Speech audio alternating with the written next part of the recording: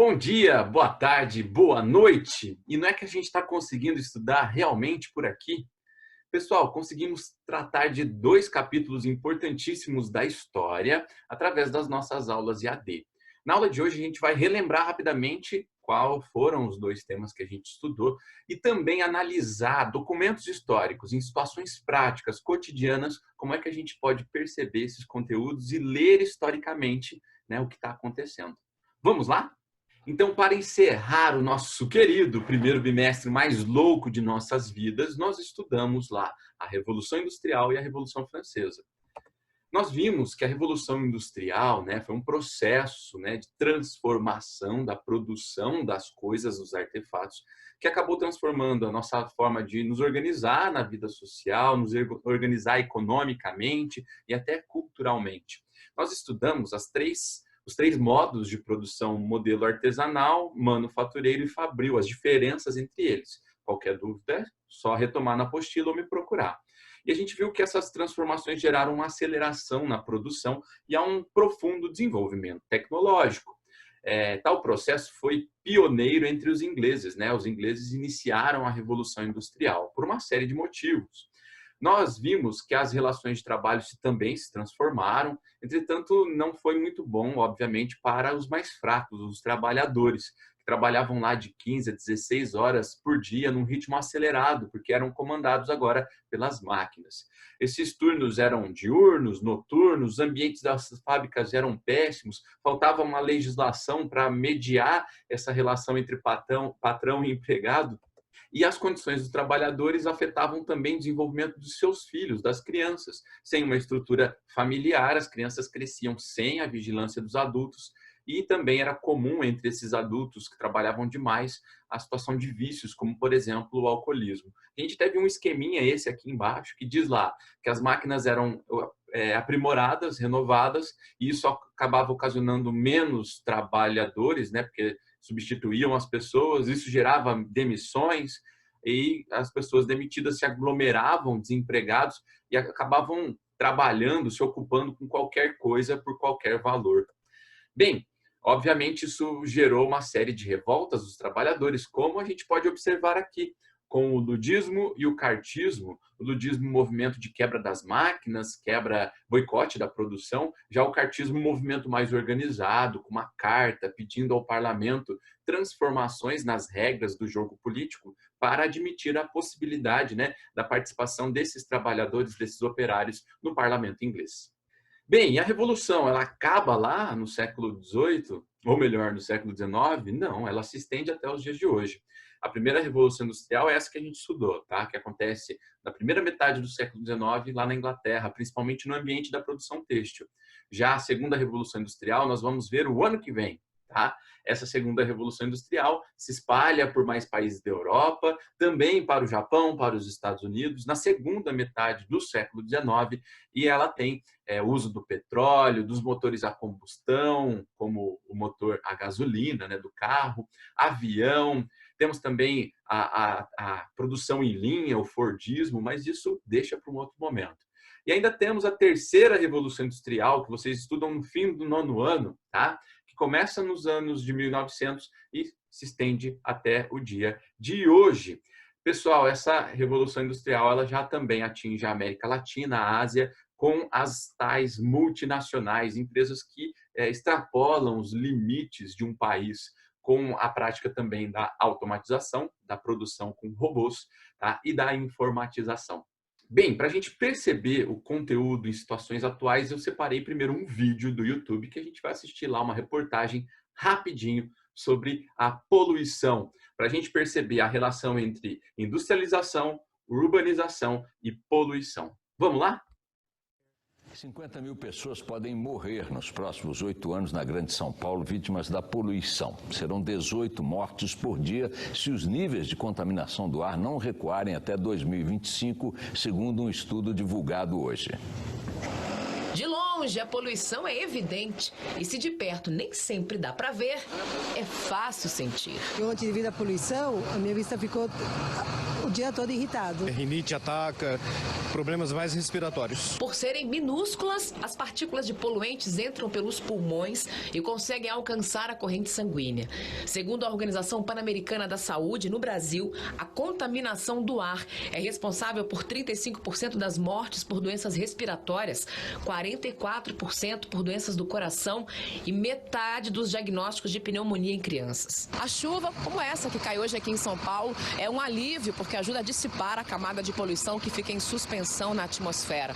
No entanto, na maior parte do tempo nós convivemos mesmo com o ar muito poluído. Uma camada fina de poeira, mas que tem um enorme impacto sobre a saúde. Uma resolução do Conselho Nacional do Meio Ambiente determina que o limite de segurança para a qualidade diária do ar seja de 150 microgramas de poluentes por metro cúbico. Em estados como São Paulo e Espírito Santo, esse índice cai para 120.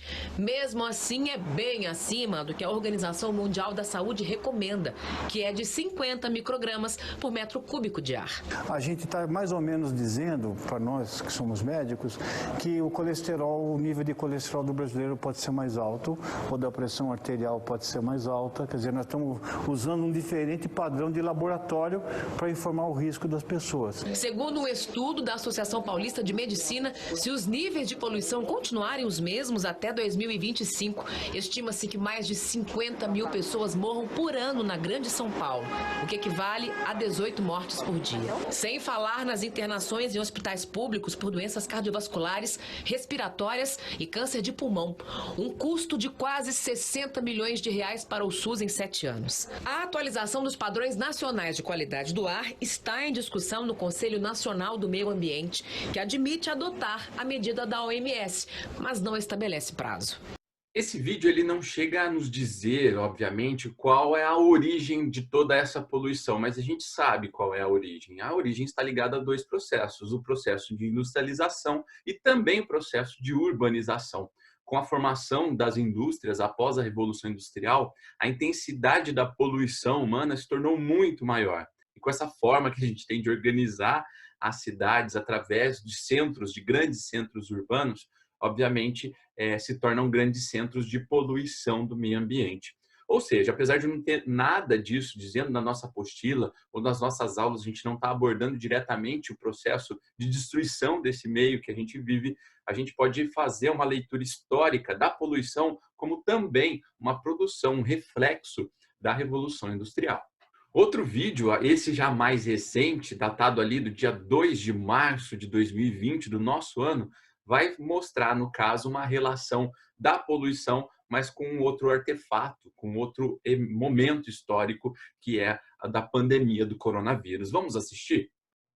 E aí, já foi comprovado que é um efeito mesmo, essa queda da poluição do coronavírus? O Killing, bom dia.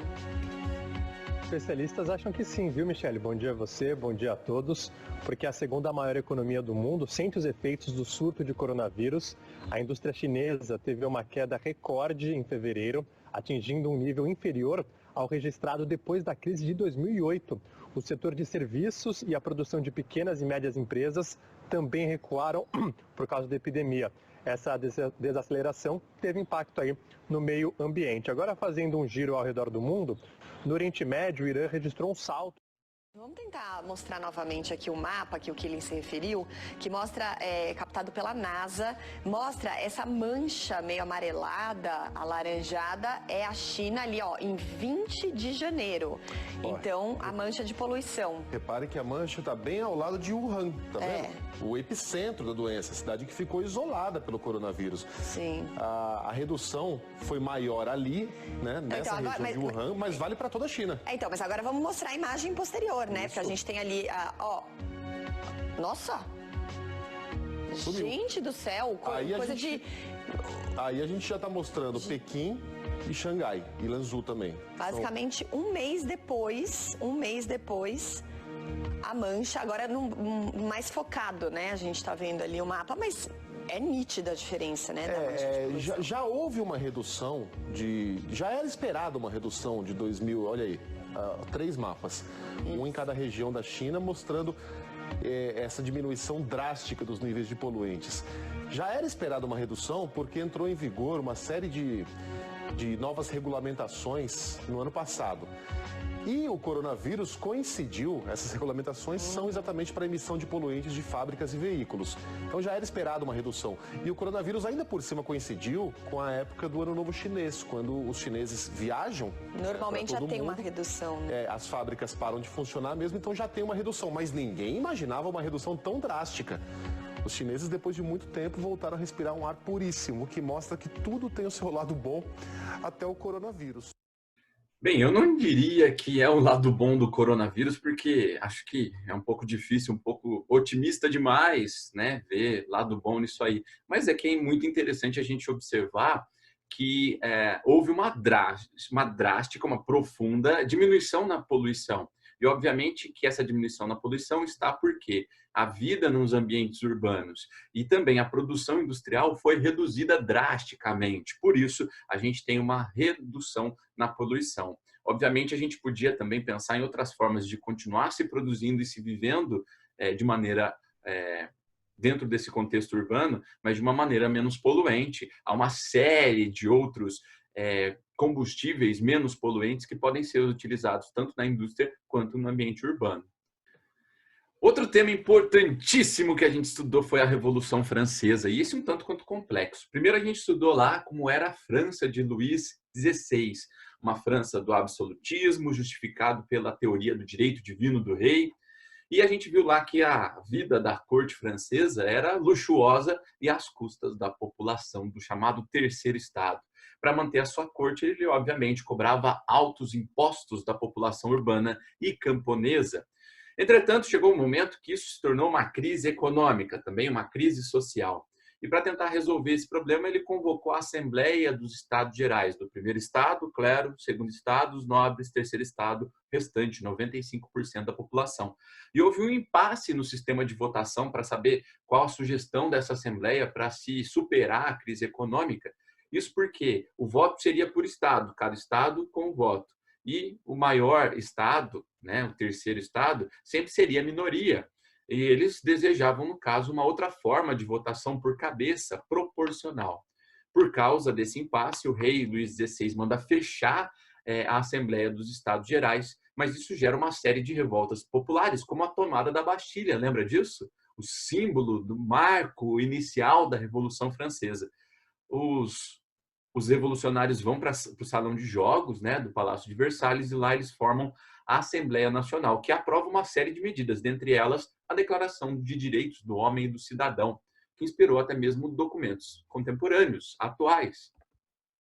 Nós vimos que nessa Assembleia houve uma divisão entre as pessoas. De um lado sentou lá os girondinos, do outro lado os jacobinos, os girondinos da burguesia, os jacobinos da classe média e proletários. E isso fez surgir o termo direita e esquerda na política e fez também com que a Revolução passasse por mais transformações. A gente viu que após esse momento da Assembleia Nacional, houve a Convenção Nacional, em que o temor de que outras nações europeias sofressem o mesmo fez com que elas ameaçassem a França. O rei francês Luís XVI tenta fugir, ele é preso pelos jacobinos, que o julgam, tá? E matam o Luís XVI e assumem o poder. Liderados por Robespierre, inauguram um período da Revolução Francesa chamada de período do terror.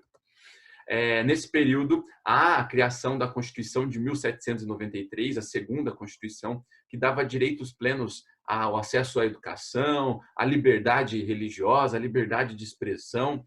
Entretanto, a violência usada no período do terror pelos jacobinos fez com que os burgueses tivessem profundos prejuízos econômicos e tentassem reassumir o controle da política e conseguiram, através da reação termidoriana, é o momento em que os jacobinos, ou melhor, os girondinos, os burgueses, assumem, tomam novamente a França e criam uma nova Constituição, a Constituição do Ano 3, essa com direito a voto não universal, como a Constituição dos jacobinos, mas censitária, baseada na renda. E por quê? Porque eles visavam beneficiar apenas os burgueses.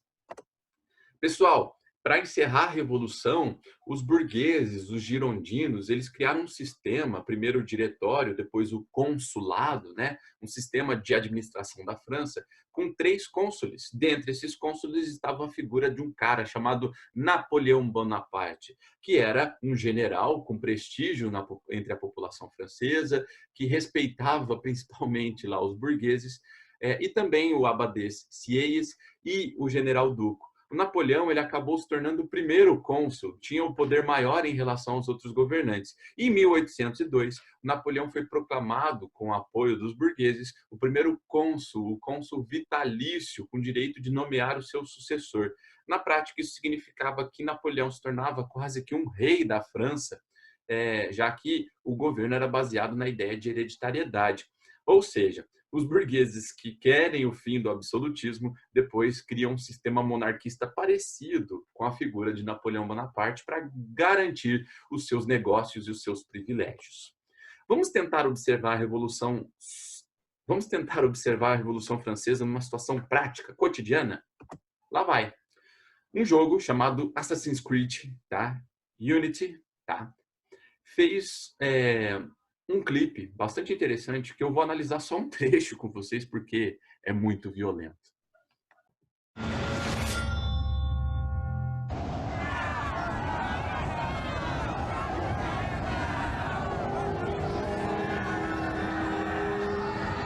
A desperate people know nothing of mercy.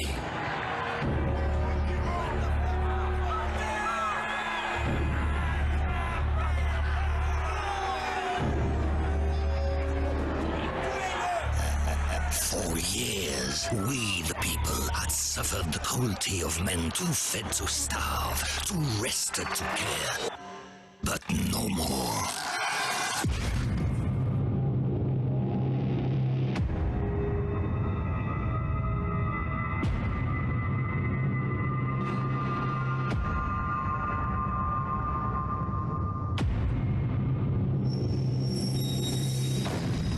La République had endured years of war and failed military campaigns.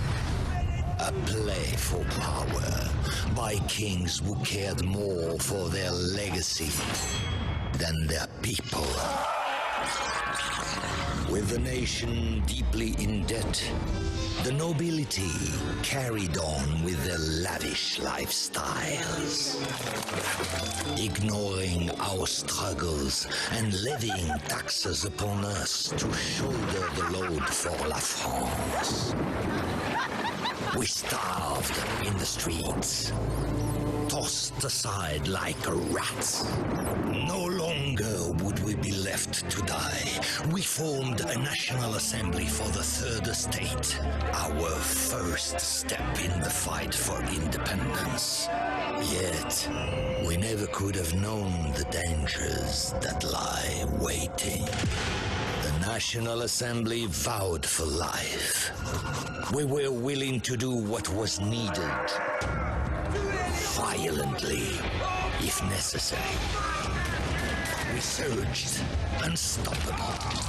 The taste of freedom and liberty fell upon each of our lips. When La Bastille fell, we grew hungrier, not for bread or for grain, but for justice. Even His Highness wasn't safe from our reach. For too long had he dismissed our threats. Let him try to ignore us now.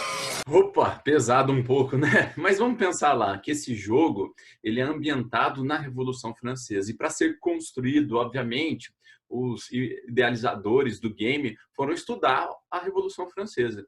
E acaba que esse tipo de estudo ele acaba alimentando o imaginário do jogador, que traz para si e para quem está próximo uma cultura histórica específica. Só que a gente tem que tomar bastante cuidado, tá? Porque assim, a intenção do jogo é o entretenimento, é a diversão e não necessariamente a verdade histórica que está por trás de tudo isso aí. Então, temos que relativizar, né? O jogo não é um estudo histórico, tá?